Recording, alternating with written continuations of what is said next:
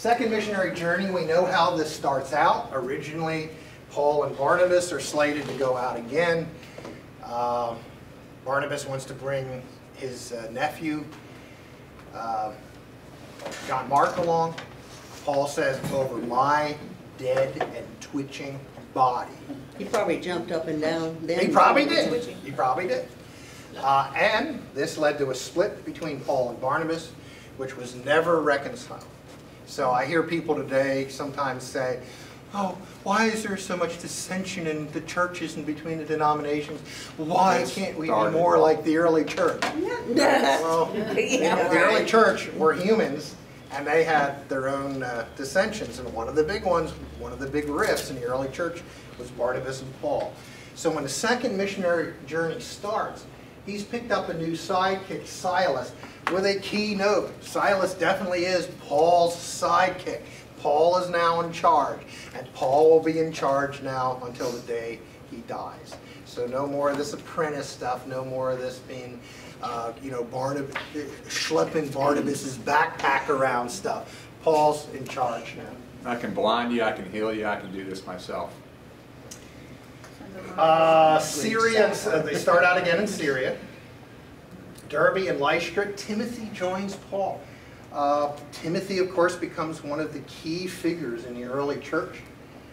We have the two letters that Paul writes to Timothy that are captured in the New Testament. Starts out with he went through Syria and Cilicia, strengthening the churches. There you go. Thank you. He came to Derbe and Lystra, where a disciple named Timothy lived, whose mother was a Jewess and a believer, but whose father was a Greek. The brothers at Lystra and Iconium spoke well of him. Paul wanted to take him along on a journey, so he circumcised him because of the Jews who lived in that area, for they all knew that his father was a Greek. As they traveled from town to town, they delivered the decisions reached by the apostles and elders at the Jerusalem council for the people to obey. So the churches were strengthened in the faith and grew daily in numbers. And that's interesting too, because while in general Paul was not in favor of circumcising new Gentile converts to Judaism, in this case he went along with it because this Timothy had a Greek non-Jewish father, so by circumcising Timothy, it was clear that Timothy was making a change from his father's belief. Phrygia and Galatia, this is all stuff in Turkey.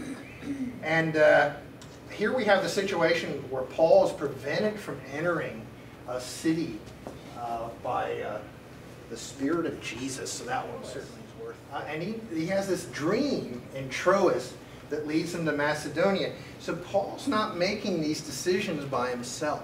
Paul's got a lot of help from a pretty important source, which is either Christ himself or it's the Holy Spirit.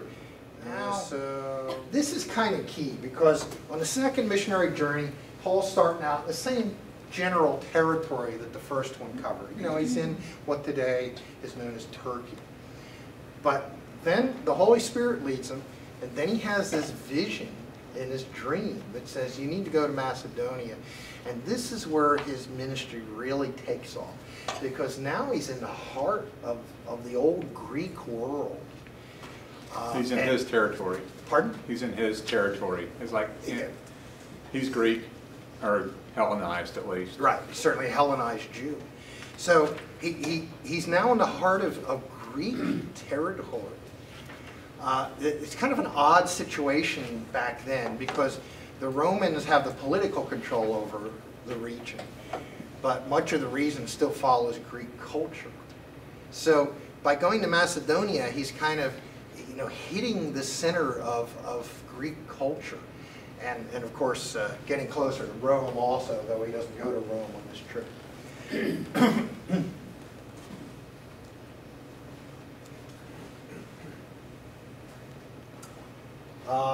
In Philippi, Lydia is baptized by Paul, and there she is.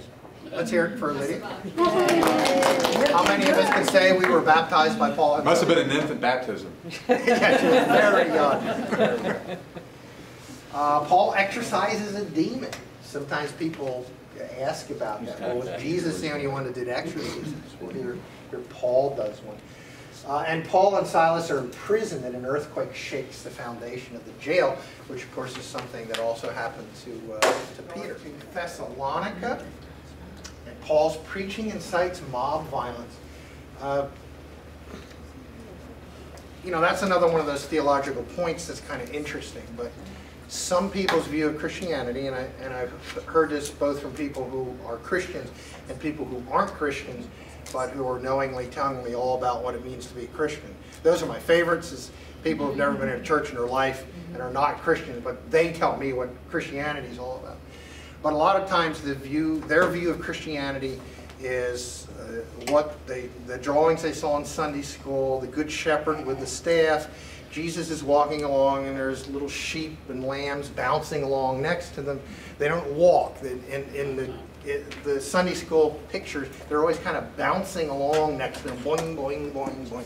And that's what Christianity is all about. But remember, Christ also said that I've not come to bring peace, but to bring a sword. I've come to turn father against son and husband against wife, etc., etc. And what he was saying, he wasn't saying that was his goal, but he's saying that's going to be the result if you really go out here and preach this. And this is exactly what happens in Thessalonica when Paul starts preaching. And what he is saying is so incendiary to the people there that it almost causes... In Athens! So now Paul is preaching in the very heart of Greek culture, of Greek philosophy. And he's preaching on Mars Hill. And guess what this church was named after? Ooh. It's named after the place where Paul preached when he was in Athens. So now he's in the heart of Greek culture. And later, of course, Paul will preach 2 years in Rome. So Paul eventually gets to the very center of the political and cultural and philosophical power of his day, which is the Roman Empire and Greek culture. So here he is on Mars Hill, and he debates with the philosophers there. The Stoics, who kind of believe in sort of denying your body, yourself, and the Epicureans that are kind of the, give me another old leg of lamb, who are kind of the opposite on the scale. And he debates with these philosophers. Walk, walk. And kind of that brings us to Corinth. I don't think we did that last week, so we will start here. So Paul preaches in Athens, and then he goes to Corinth, which is not real far away. And he stays there for 1.5 years. So this is one of those times where he not only establishes the church, he's pretty much running it for a period of time before he leaves. He links up with Priscilla and Aquila, and he works as a tent maker. So let's have Paul was there for 1.5 years. So Paul, you know, perhaps we could say Paul's the greatest evangelical preacher of all time. So he could have just laid around and eaten bonbons during the day and then preach at night. But he doesn't, because he feels very strongly that he didn't want to be a burden on the people who were keeping him.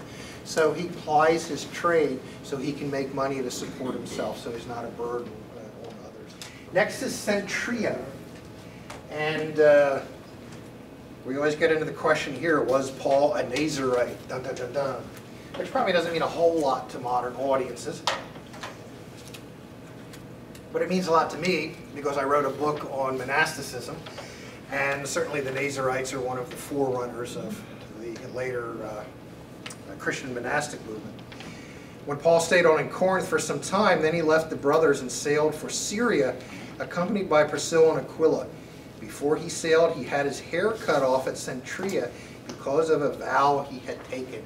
So a couple things. What was I talking about? Oh yeah. So you make this 2-year commitment. You couldn't drink fermented drinks. You couldn't cut your hair.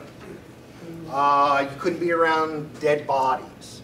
So when it says Paul cut his hair because of a vow he had made, what that probably means is he had reached the end of whatever the sworn period was, and now he was allowed